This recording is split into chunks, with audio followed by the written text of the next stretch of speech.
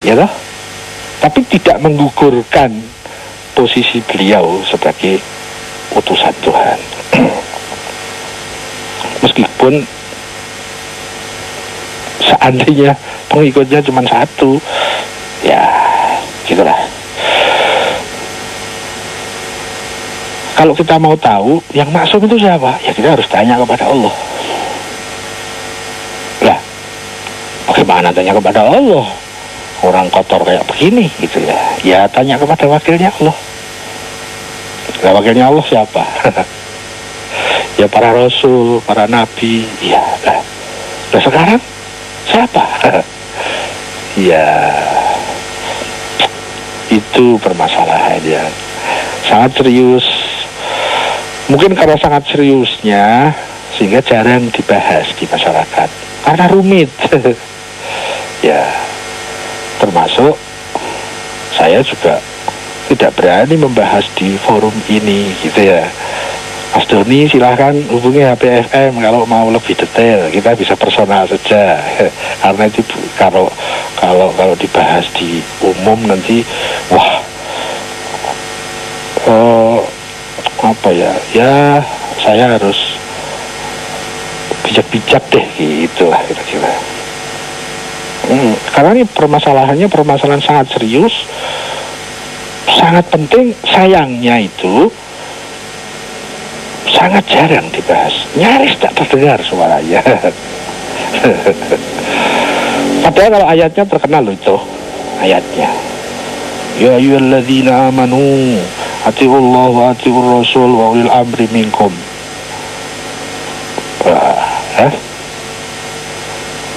Dan di sana ada kalimat farduhu ilallahi war rasul. Dalam kajian saya terhadap tafsir juga ada terkait dengan redaksi ayat yang menyatakan bahwa ini juga sangat terkenal redaksinya ya, terkait dengan la yamassuhu illal mutahharun, tidak ada yang mampu menyentuhnya. Sering ditafsirkan sebagai Al-Quran yang di Lauhil Mahfuz, bukan Al-Quran yang mushaf ya. Illal mutahharun, kecuali orang-orang yang disucikan. Nah, sering disebut bahwa orang-orang maksum juga dipredikati dengan al-mutahharun. Begitu. Pada tafsir-tafsir yang lain saya dapati dia disebut sebagai ulil amri minkum. Tapi sayangnya saya banyak mendapati di tafsir-tafsir yang lain ulil amri minkum itu ditafsiri sekedar pemerintah. Ya tidak apa-apa sih. Saya dulu juga begitu, tapi setelah mengkaji ulil amri ini orang-orang maksum itu dia sebagai perpanjangan tangan Tuhan dan tangan Rasul, disebut ulil amri minkum. Kum siapa? Minkum mukminin. Bukan ulil amri Indonesia, ulil amri Malaysia, ulil amri Saudi, ulil amri Irak, Iran, Amerika, Rusia, bukan. Tapi ulil amri mukminin. Jadi tidak ada batas geografi ataupun demografi, universal. Ya, kira-kira kisi-kisinya seperti itu deh.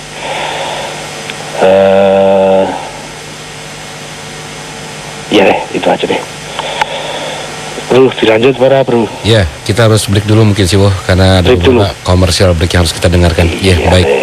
Kita ketemu lagi nanti nanti masih bisa kembali ya. Amin. Kita ketemu lagi di sesi berikutnya sih, ya.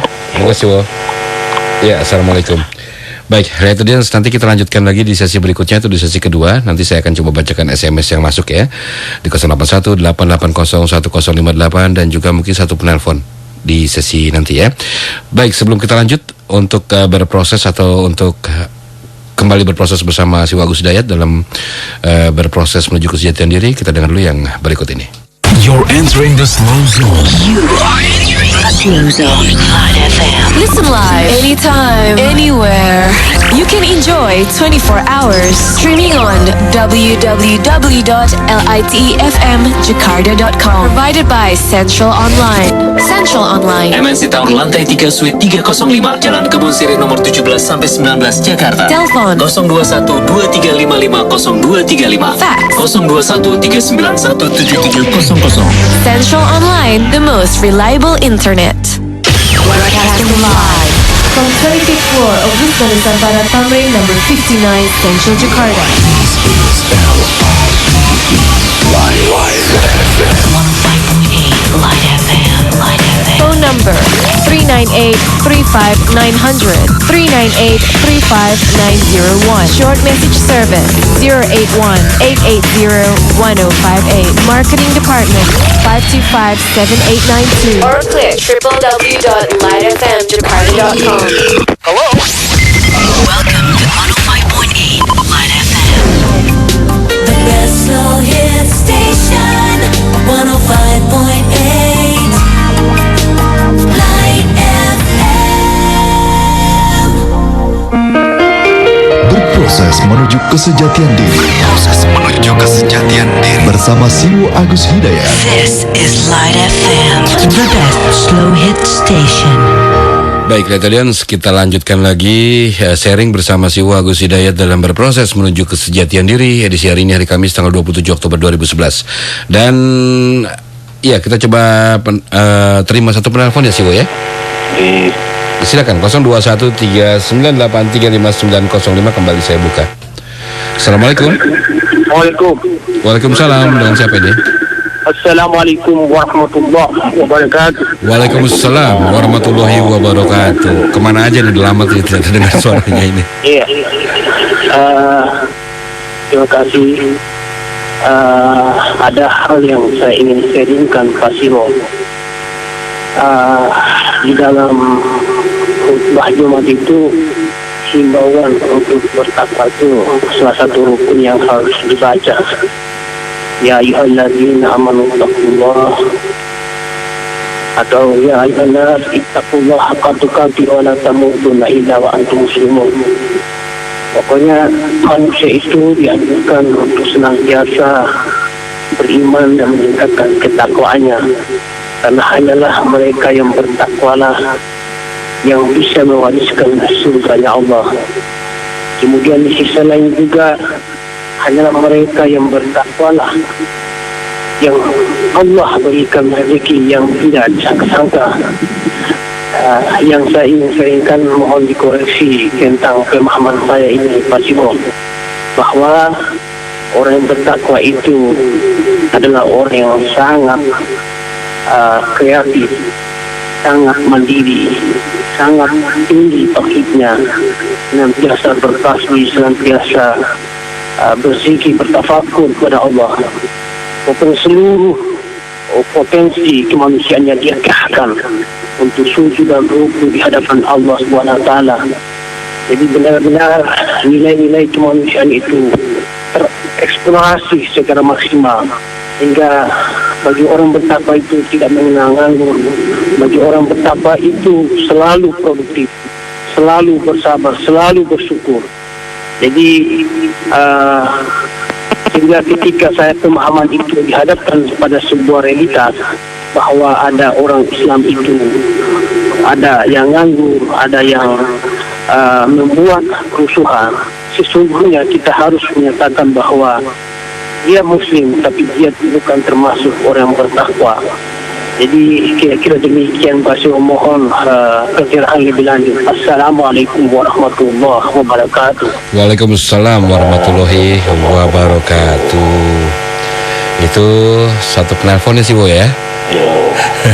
Kemudian dari SMS ini ada Oji di Jakarta Timur.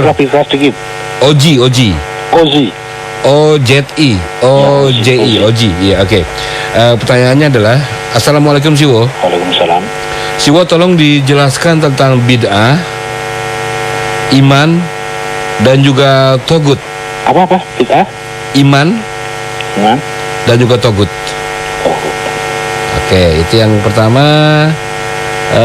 Yang terakhir dari Iwan di Bekasi. Jadi Iwan di Bekasi. UN. Ya. Assalamualaikum Siwo. Waalaikumsalam. Mohon di-sharingkan Siwo tentang hakul yakin, ainul yakin, dan imul yakinan. Dan Imul yakinan. apa itu? Imul. Himul. Imul atau ilmu ini? Aduh, Tapi tulisnya iya ini ilmu, mungkin ilmu kali, ilmu yakinan ilmu. ya. Iya, iya. Oke, ini nulisnya imul soalnya. Oke, dan bagaimana cara mencapainya? Baik, silakan Siwo.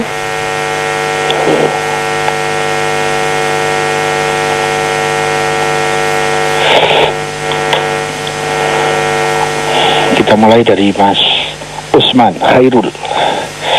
Mas Khairul Usman. Beliau meminta tanggapan atas apa yang diungkapkan tadi. Karena pemahaman saya terhadap ungkapan-ungkapan Mas Khairul tadi juga bisa jadi tidak sebagaimana yang dimaksudkan oleh Mas Khairul. Jadi mohon dimaklumi, saya hanya bisa menanggapi sesuai kapasitas apa yang bisa saya pahami. Ya. Kurang lebih bahwa orang yang takwa itu orang yang tauhidnya tinggi, orang yang nilai kemanusiaannya tinggi, orang yang produktif, kreatif, dan lain-lain. Ya kalau saya dimintai tanggapannya, ya sepakat aja. Ya begitu deh kayaknya. Meskipun kalimat-kalimat tersebut perlu diurai gitu lah. Perlu dieksplorasi maknanya. Misalnya orang yang tauhidnya tinggi itu bagaimana sih gitu. Orang yang kemanusiaannya tinggi itu yang bagaimana sih? Ya itu kan pemahamannya kan ada di Mas Khairul Usman, ada juga di saya yang belum tentu pemahamannya sama, meskipun kalimatnya sama, belum tentu pemahamannya terhadap kalimat itu, meskipun kalimatnya sama, belum tentu sama pemahamannya. Yang dimaksud nilai kemanusiaannya tinggi itu yang seperti apa ya, misalnya begitu. Bukankah di masyarakat itu sudah beredar bahwa orang yang salah, ya itu kan manusiawi. Terus maksudnya nilai kemanusiaannya tinggi itu dia sering salah. Maaf ini kalimat nggak bener ini. Apa maksudnya kemanusiaannya tinggi? Kemudian tadi disebut juga orang yang produktif. Apa maksudnya produktif? Apakah yang disebut produktif itu orang yang menghasilkan produk-produk, atau orang yang menghasilkan uang, atau menghasilkan buku-buku, atau menghasilkan karya-karya, atau apa ya? Nah, itu yang penting untuk dieksplorasi. Nah, pemahaman masing-masing kita bisa berbeda dalam mengeksplorasi satu kalimat ini yang kalimatnya sama. Kemudian dia tentulah orang yang mandiri misalnya. Apa ya maksudnya mandiri? Terus orang yang kreatif. Apa nih maksudnya kreatif? Ya itu aja masalahnya. Kalau secara global ya deh saya sepakat. Tetapi yang lebih penting lagi adalah apa makna yang terkandung dalam kalimat-kalimat indah tadi. Itu kayaknya juga ya, saya kan tidak bisa meraba apa yang ada di dalam pemahamannya Mas Khairul Usman terkait dengan kalimat-kalimat indah tadi. Tauhidnya tinggi, kemanusiaannya tinggi, produktif, inovatif, mandiri, kreatif, misalnya tidak nganggur. Apa maksudnya tidak nganggur itu? Ya, apakah itu dimaksudkan tidak nganggur itu berarti dia kerja, yang di dalam bahasa sosial itu kerja itu maksudnya mencari uang gitu loh, ya kan? Kalau ibu-ibu rumah tangga kan disebut tidak kerja toh. Karena tidak menghasilkan uang. Jadi kerjanya apa? Enggak kerja, saya di rumah saja jadi ibu rumah tangga. Oh, gitu ya definisi kerja itu hanya terkait dengan uang. Nah, jadi kalau tadi itu orang yang takwa itu tidak menganggur, dia selalu bekerja. Apa yang terkandung di dalam kalimat itu? Itu menjadi penting gitu ya. Kalau kalimat yang global, secara global, ya saya sepakat. Tetapi kalau kita masuk kepada isi dari kalimat-kalimat itu, ya mungkin sepakat, mungkin tidak, karena saya belum tahu apa yang ada dalam pemahamannya Mas Khairul Usman. Itu kira-kira tanggapan. Kemudian SMS dari Mas Ozi. Beliau mempertanyakan tentang bid'ah. Apakah bid'ah? Apakah iman? Apakah tauhid? Wah, ini pertanyaannya singkat banget sih jawabnya. Tuh, saya akan berusaha jawabnya singkat ya. Bid'ah itu mengadakan sesuatu yang baru. Yang perlu dicatat, wilayahnya adalah wilayah hukum, bukan wilayah praktek amali. Ya. Jadi bid'ah, sesuatu itu bid'ah. Orang melakukan apa? Bukan itu. Orang mengerjakan apa? Bukan di situ wilayah bid'ah. Wilayah bid'ah itu wilayahnya hukum. Jadi sesuatu dihukumi apa? Jadi hukumnya yang dilihat, bukan amaliyahnya, bukan aktivitasnya. Ya.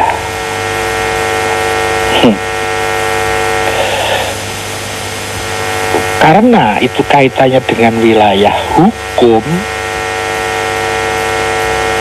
maka munculnya bid'ah itu dihubungkan dengan tokoh-tokoh masyarakat, termasuk rohaniwan, spiritualis yang dia mempunyai pengaruh di masyarakatnya. Ulama misalnya, kiai, ustadz, bukan kepada umat, karena umat tidak terkait pada wilayah hukum itu. Umat itu kan, maaf, saya menggunakan kalimat yang lebih jelas saja, masyarakat pada umumnya, gitu ya, atau sering disebut dalam istilah teknis itu sebagai orang awam. Itu kan hanya ikut-ikutan aja. Nggak bisa dia itu membuat hukum yang mempunyai pengaruh di masyarakat. Jadi yang terkait dengan siapa pembuat bid'ah, itu ditujukan kepada orang-orang yang terkait, yang dia itu punya fasilitas-fasilitas, situasi dan kondisi yang bisa mempengaruhi hukum. Jadi yang saya tahu tentang bid'ah adalah mengadakan hukum yang baru yang itu bertentangan dengan hukum yang standar. Itu. Kalau mau contoh klasik begini, contoh klasiknya, sholat tahajud itu baik, sangat baik. Sampai ada seorang ulama mengatakan sholat tahajud itu wajib. Nah, maka dia telah berbuat bid'ah. Masyarakat yang ikut-ikut begitu, itu korban saja, korban bid'ah yang dibuat oleh sang tokoh tadi. Jadi kita tidak bisa mengatakan misalnya teman kita melakukan apa, oh itu bid'ah, bentar dulu. Yang pertama, bid'ah itu lingkupnya, wilayahnya adalah wilayah hukum. Ya, kalau syirik itu wilayah keyakinan. Nah, kalau bid'ah wilayah hukum. Begitulah. Iman, apakah iman? Yang saya tahu tentang iman adalah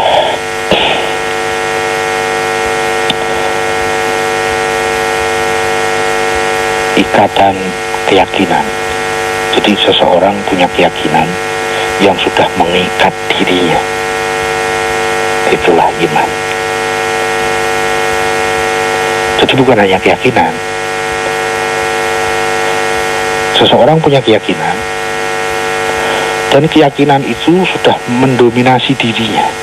Sudah dia diikat erat oleh keyakinan itu. Nah, itu yang saya pahami sebagai iman, seperti itu. Iman tentu lebih tinggi dari keyakinan. Kemudian iman itu satu kata yang tidak pernah bersentuhan dengan kekotoran. Jadi tidak ada iman yang salah, itu tidak ada. Itu yang saya tahu ya. Iman itu pure kesucian. Beda dengan keyakinan. Keyakinan bisa benar, bisa salah. Nah, nanti iman itu masuknya ilmu hudur, bukan ilmu husul. Iman itu masalah spiritual, bukan masalah rasional. Kalau masalah rasional nanti kaitannya dengan keyakinan. Kalau semacam keyakinan padahal dia tidak paham bagaimana dan mengapanya, itu disebut dengan dogma. Tapi di masyarakat kayaknya kita tidak diajari lah apa bedanya antara dogma, waham, zon, yakin, iman. Nah, bahkan seakan-akan percaya itu sama dengan iman, iman sama dengan keyakinan, gitu ya. Ya.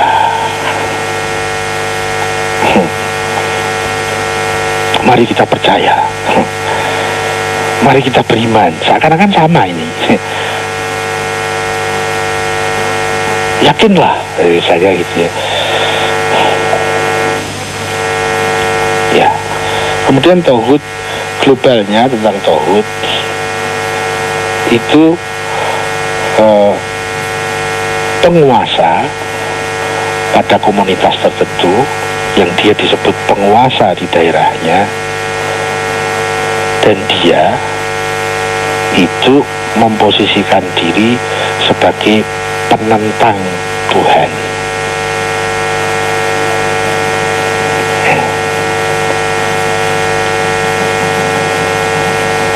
Itu yang saya pahami dengan tauhid. Penentang. Penentang itu aktif, ya. Kalau pasif bukan penentang. Ada misalnya begini. Contoh kecil gitu. Orang penentang sholat misalnya, itu beda dengan orang males sholat. Itu beda. Sama-sama tidak sholatnya, tapi beda. Yang satu penentang, jadi dia menjadi perintang, penghalang gitu. Kalau yang satu itu dia tidak menentang, maka dia merasa dirinya salah. Dia males gitu loh misalnya. Jadi beda ya antara orang yang tidak bertuhan dengan penentang Tuhan, itu beda. Ya kalau lebih begitu ya. Yang saya pahami sebagai tauhid adalah penguasa yang dia menentang Tuhan. Ya. Lanjut terakhir, Mas Yuan di Bekasi. Apakah hakul yakin, ainul yakin, ilmu yakin? Bagaimana cara mencapainya? Ilmu urutannya yang saya pahami sekarang ini adalah ilmu yakin, hakul yakin, ainul yakin. Ilmu yakin itu ilmu hudur, jadi ilmu spiritual. Itu sudah melampaui batas-batas rasional. Lebih tinggi dari ilmu filsafat, lebih tinggi dari ilmu rasional, karena itu ilmu spiritual, sering disebut sebagai ilmu hudur, ya ilmu spiritual. Ilmu hudur itu bertingkat-tingkat. Ada pada tingkat tertentu yang sering dikaitkan dengan istilah ilmu yakin, pada tingkat yang lebih tinggi disebut dengan hakul yakin, pada tingkat yang paling tinggi disebut dengan ainul yakin. Nah, ketiga-tiganya adalah ilmu spiritual, ilmu tentang dada, bukan tentang kepala. Bagaimana cara mencapainya? Hanya ada satu jalan, yaitu mensucikan diri. Nah, diri yang spiritual primernya. Ya, itu tentu butuh dukungan-dukungan kepada kebersihan dan kesucian yang material. Ada saling terkait. Intinya adalah orang yang mensucikan diri, semakin suci dirinya, semakin ilmu-ilmu hudur itu masuk, disebut ilmu hadir. Bukan ilmu yang hisab, bukan ilmu yang dihitung, bukan ilmu yang dipelajari, bukan ilmu yang dicari, tetapi ilmu yang hadir. Dia akan mendatangi siapa saja yang punya kesucian diri. Ya. Ilmu hudur, ilmu kesucian diri yang awal, yang paling dasar, itu semua orang sudah punya, yang disebut dengan nurani. Dia tidak pernah salah, dia selalu mencela kita kalau kita salah, dia selalu mendorong kita untuk selalu benar dan untuk selalu bertuhan. Itu ada pada nurani. Nurani itu ilmu hudur dasar. Ya, itu tingkatnya ada tingkat pada ilmu yakin yang dasar.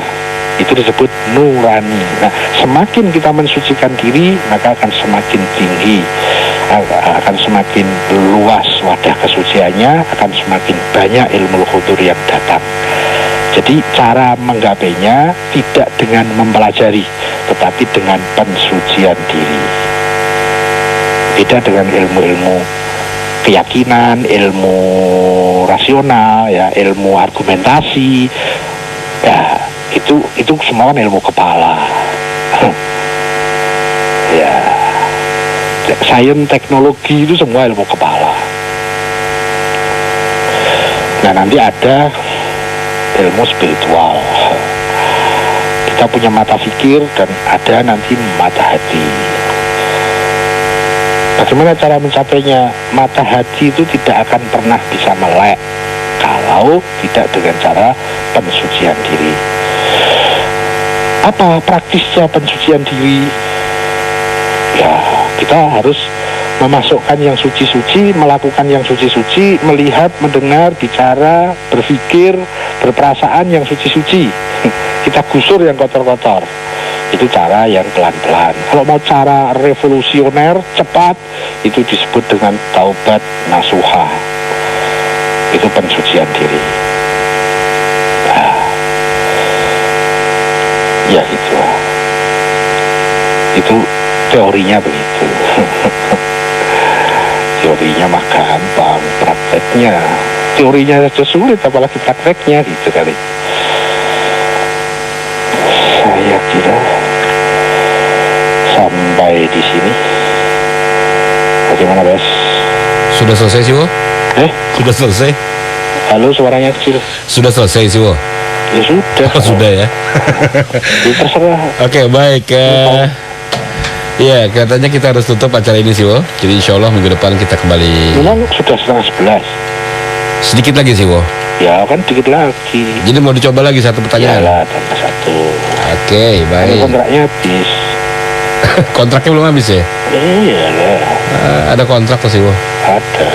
Ini sih, Wo, dari satu pertanyaan SMS dari Ade di Karawang. Ingin Dari? bertanya, Ade di Karawang. Api. Ade. Yuk. Ingin menanyakan tentang siapakah Kian Santang itu sih, Wo? Siapakah Kian Santang? Wah, ini ya waktunya masih kurang ini. Karena jawaban saya singkat, padat, mudah dipahami. Jawabannya saya belum tahu. Iya, sudah sih, Wo? Ya sudah. Mau satu lagi? Satu lagi. Oke. Dari Mutohari. Assalamualaikum. Dari? Mutohari. Matahari. Assalamualaikum Siwo. Waalaikumsalam. Mohon penjelasan Siwo tentang degradasi wujud. Degradasi. Waduh lagi ya. Tolong jam no. Monggo.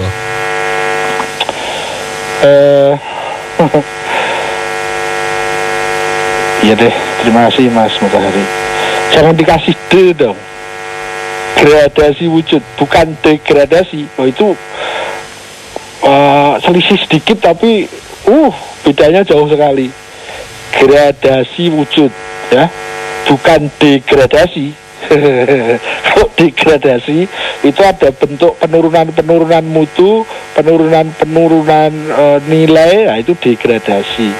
Kalau gradasi itu tingkatan-tingkatan atau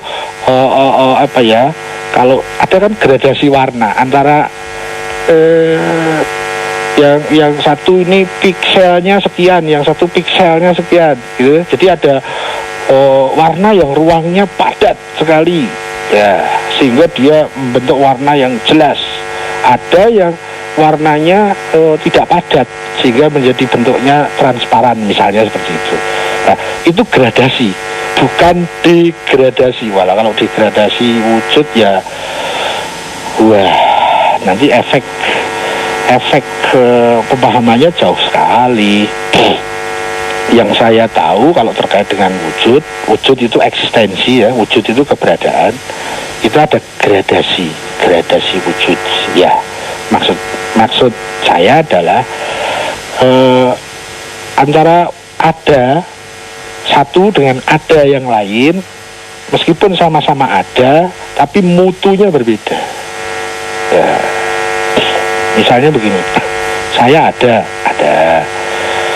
batu itu adanya sama, tapi mutunya berbeda, kadarnya berbeda. Saya ada, Tuhan ada, sama dong, ya sama, adanya sama. Nah, mutunya yang berbeda, yang satu akibat, yang satu sebab, yang satu terbatas, yang satu tak terbatas. Ya, antara lain yang saya pahami dari gradasi wujud itu seperti itu. Nah, kalau kita belajar tentang eksistensi dalam perspektif filsafat, ya, filsafat mungkin bisa disebut yang saya pelajari itu dari filsafat Islam misalnya. Nanti beda lagi dengan filsafat Barat. Ada satu filsafat yang disebut dengan filsafat ilahiyah. Medeni kalimat itu. Nah, itu pembahasannya cukup menarik meskipun pelik, ya.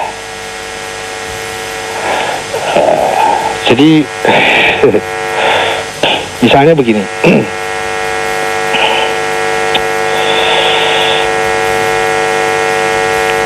Ada pada pembahasan sebab dan akibat. Ada sebab yang disebut dengan sebab dekat dan sebab jauh. Ada yang disebut nanti akibat. Ada yang membedakan akibat dekat dan akibat jauh. Itu juga bisa dipakai sebagai alat memandang terkait dengan gradasi wujud.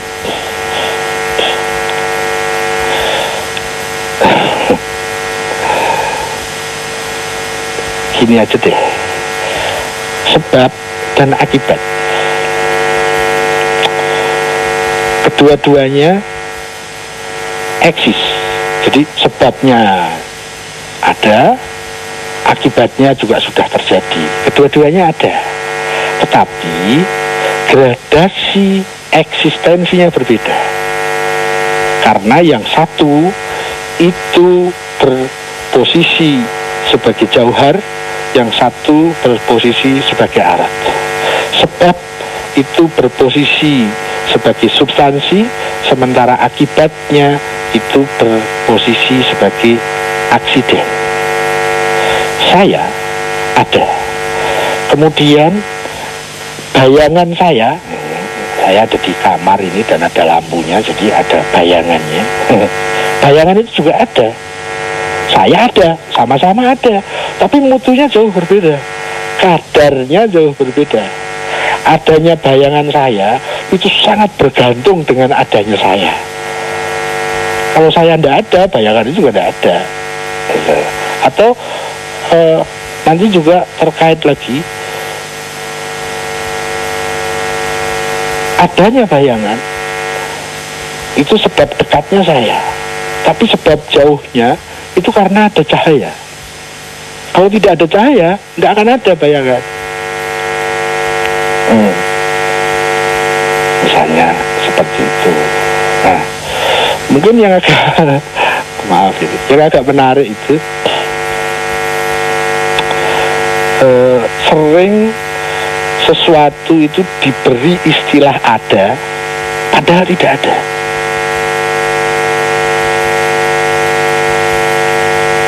Apa ini? Ayo apa ini? Ya contohnya gelap. Gelap itu disebut ada kan? Ya ada terang, ada gelap kan?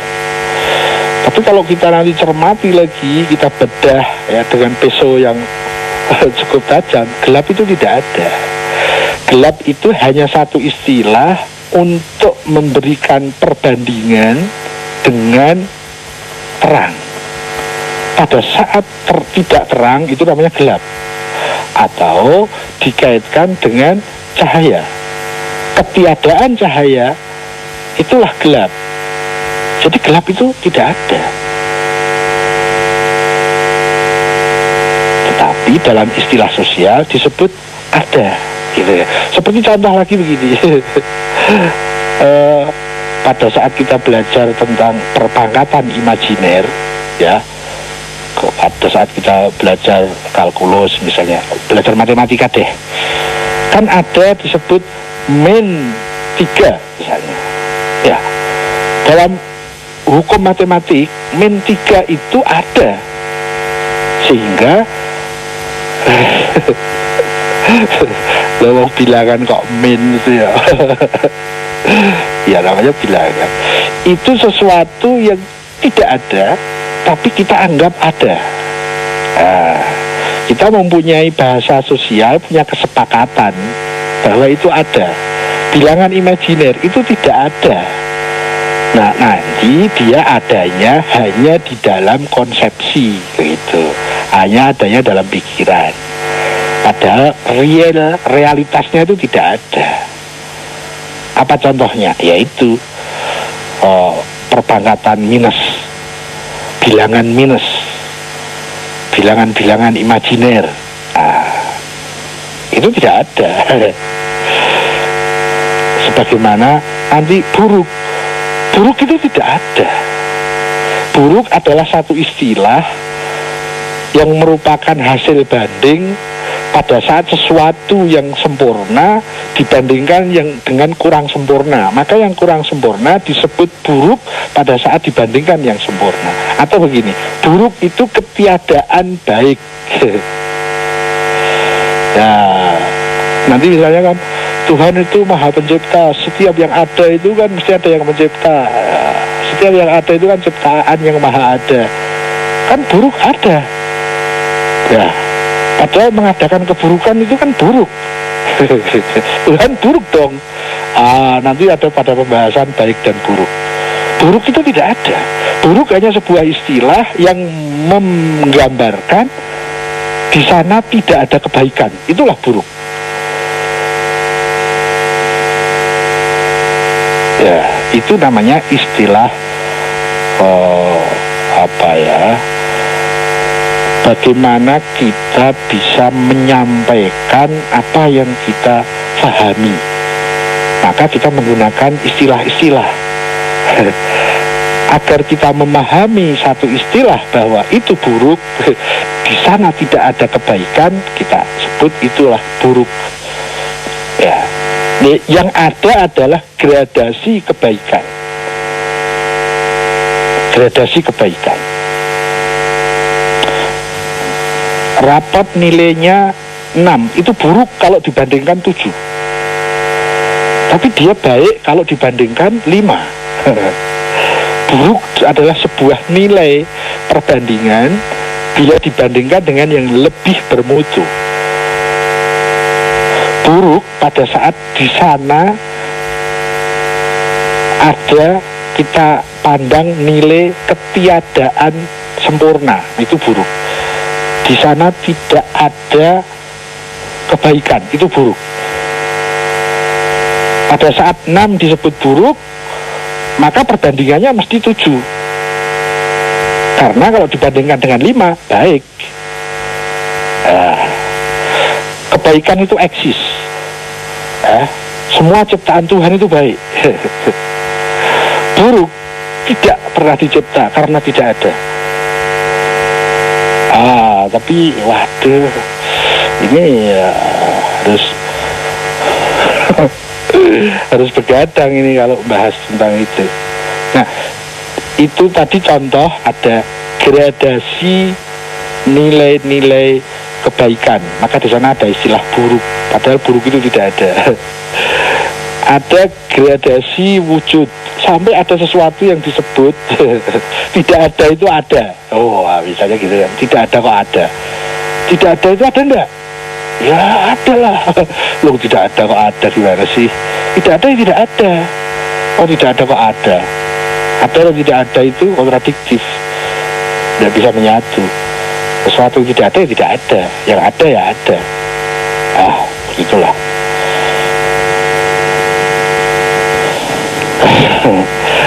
Semakin gradasinya menurun dibandingkan dengan yang gradasi di atasnya, dia disebut tidak ada. Istilah yang ketiadaan kesempurnaan. Akibat itu bagi sebabnya, akibat itu tidak ada. Yang ada adalah dominasi sebab. Jadi hati-hati kalau ketemu kalimat bahwa tidak ada siapapun kecuali dia, tidak ada selain dia. Hati-hati. Ini bukan bahasa sosial, ini bukan bahasa komunikasi. Ini adalah bahasa eksistensi. Ini adalah bahasa wujud. Seluruh yang gradasi wujudnya di bawah dia, karena seluruh wujud yang lain itu akibat dan dia sang sebab, maka tidak ada selain dia. Yang ada hanya dia. Kebayangkan deh, Mas Mutahari lanjut di APFM ya, kalau mau lebih detail. Waktunya habis. Terus pamit. Iya, monggo sih, Bu. Teman-teman semua, terima kasih. Mohon maaf dan saya mohon pamit. Semoga kita dipersaudarakan dalam penghambaan kepada Tuhan, kunci segala kesuksesan. Assalamualaikum warahmatullahi wabarakatuh. Waalaikumsalam warahmatullahi wabarakatuh. Terima kasih Siwa Agus Hidayat. Dan Light Audience, insya Allah minggu depan di jam dan waktu yang sama kita akan kembali sharing bersama Siwa Agus Hidayat dalam berproses menuju kesejatian diri. Baik, kali ini saya Monix dan juga produser saya Jack Plam mohon diri. Nanti kita ketemu lagi dalam net request ya. Light Audience, dari Mutiara Hikmah dikatakan bahwa berhati-hati adalah sulung dari jiwa bijaksana. Orang yang berhati-hati jarang berbuat kesalahan. Berhati-hati secara berlebihan itu sama buruknya dengan tidak berhati-hati. Berhati-hatilah bersikap kepada orang lain, karena hati mudah sekali terluka namun sulit sekali menyembuhkannya.